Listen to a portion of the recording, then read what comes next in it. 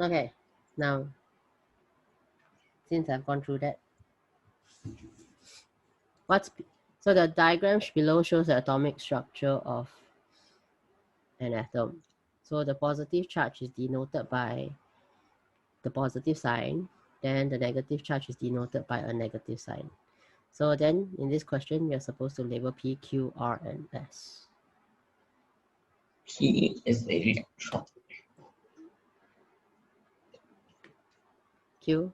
Q is the electron shell. R? Proton. S? Neutron.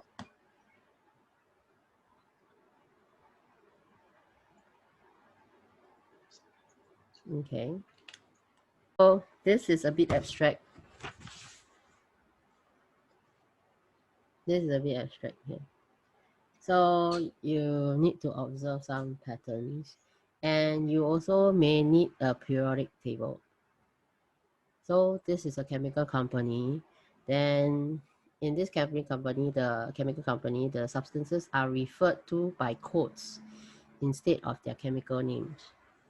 So then there's this table down there that shows how the codes are being used for certain substances. So then by using the periodic table, deduce how the company derives the codes for each substance. So if you don't have any ideas, you can take out a periodic table and look at the periodic table. Need help? Yes. Okay, you look at lithium and look at chlorine on the periodic table. What do you see? So we go to the periodic table. Then we have lithium. Then we have chlorine. So you will see two numbers on lithium and two numbers on chlorine. Right? It's the proton number. So proton number 3, chlorine 17. You saw that, right? Mm. Right? Yeah. So does it coincide with the numbers here on the code? Mm. Yes, right? So what can you say about this first number and what is the second number? It is the atomic number. Number 3, and this one is the same, right? So this is the proton number of lithium. Then 17. Proton number of chlorine. Okay. Of chlorine. Okay. So then the same thing. Go look up magnesium and then fluorine, and you let me know what are the numbers on top. What? Magnesium is how much? 12. 12. The proton number is 12. Fluorine? 9. 9. Okay. So then we come to our code again. Look at the code. What is this? And what is this? And what is this? Proton number of magnesium. The proton number of fluorine and the number of fluorine atoms. Good.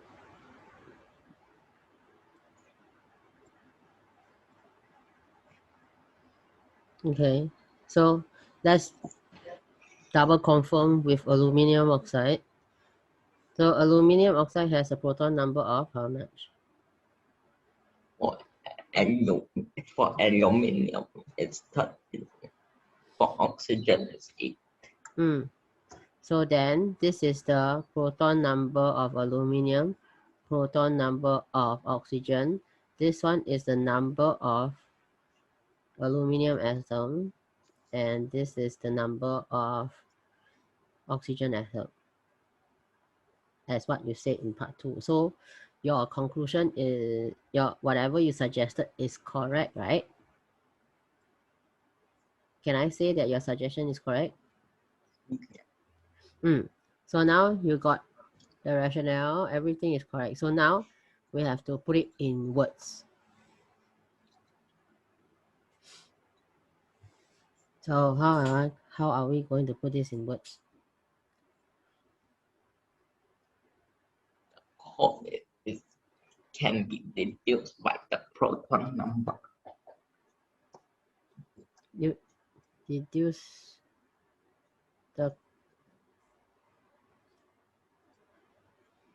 the codes represent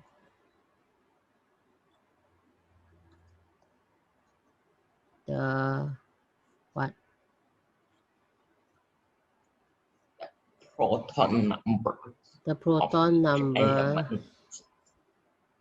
of the element present. Then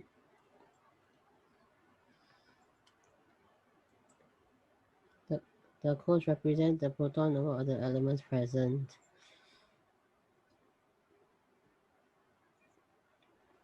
Some more? In the compound. Some more?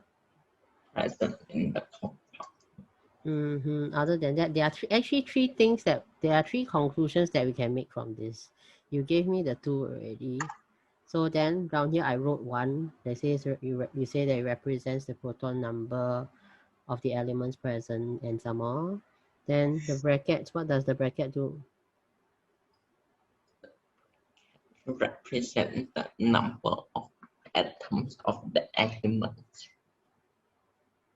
Number of atoms of an element that is present.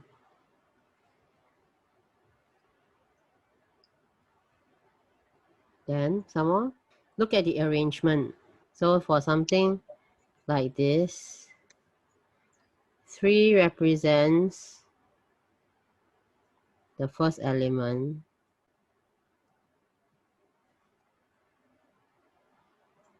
and 17 represents the second.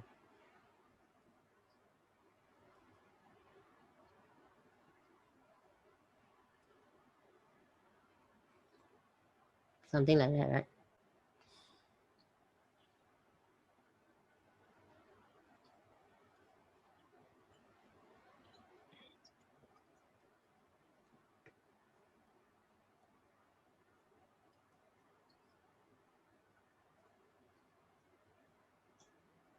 Something like that. So second one. Now you are going to give me the names, give me the formula, give me the code. We will start with this one. Sodium nitrite. How do I spell the nitrite? NITRIDE. R-I-D-E. Then this one.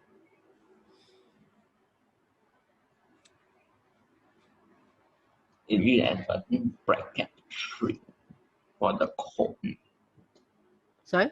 11 bracket 3. 11 bracket 3, comma. 7. Okay, I have to check. Let me look up the periodic table. 7, 11. Yeah, right. Next one. Magnesium sulfate. How do I spell sulfate? SULFATE. Then the code. 12. 16. 8. Bracket 4. 16, 8 bracket 4. Okay, then the formula for this one on top. CO2. What O2? CO2. Okay, yeah, good to go. Now, you want to do the electronic structure and you'll probably need some diagrams. So they're atoms, so you have to give me the electronic structure.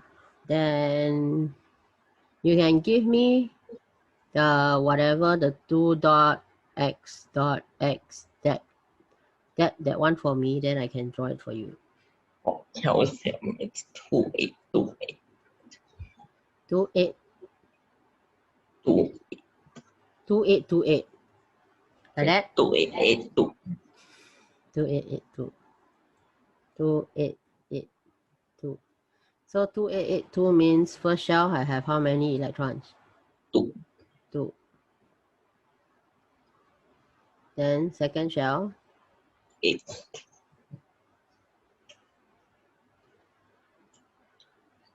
third shell The shell also 8.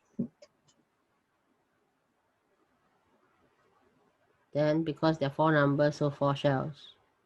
2. Fourth shell has 2.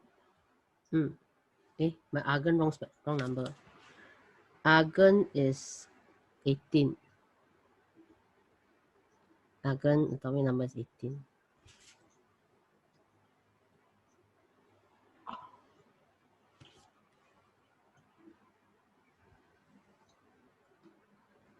Two, 8, 8. 2 8 8. First shell 2. Second shell 2 again. Okay, 8. Third shell 8. 8.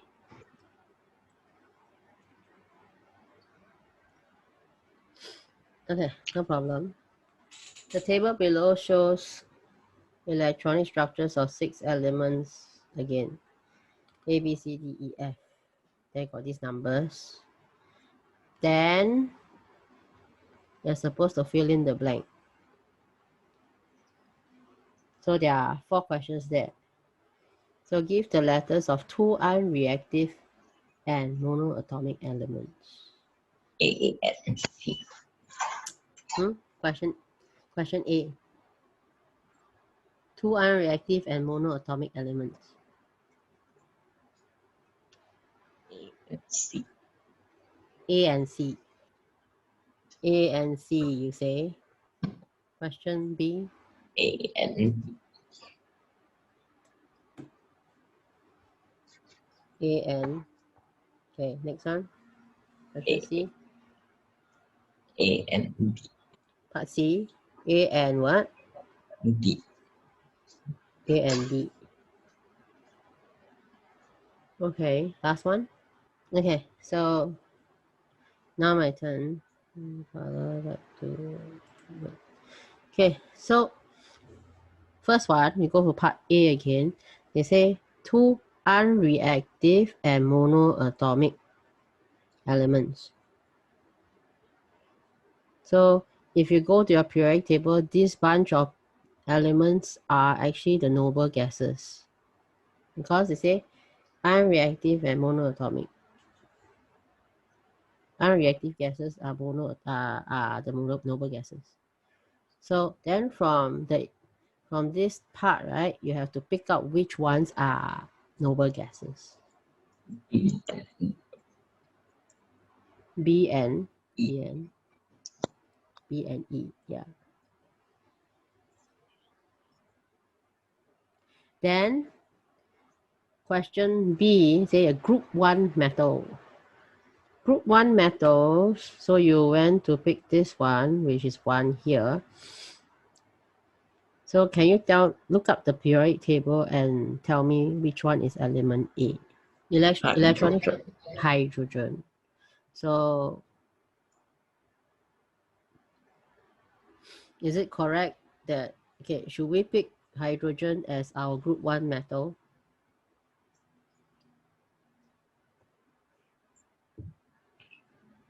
No, No. it's C. What is C actually? It's D. C is an element. C is lithium. Mhm. Okay. Then part C, I haven't checked the answer. A is hydrogen. D is 8 is oxygen. Yeah. So yes, hydrogen, oxygen gives you water. Then an element using 3 electron shell, your answer is correct.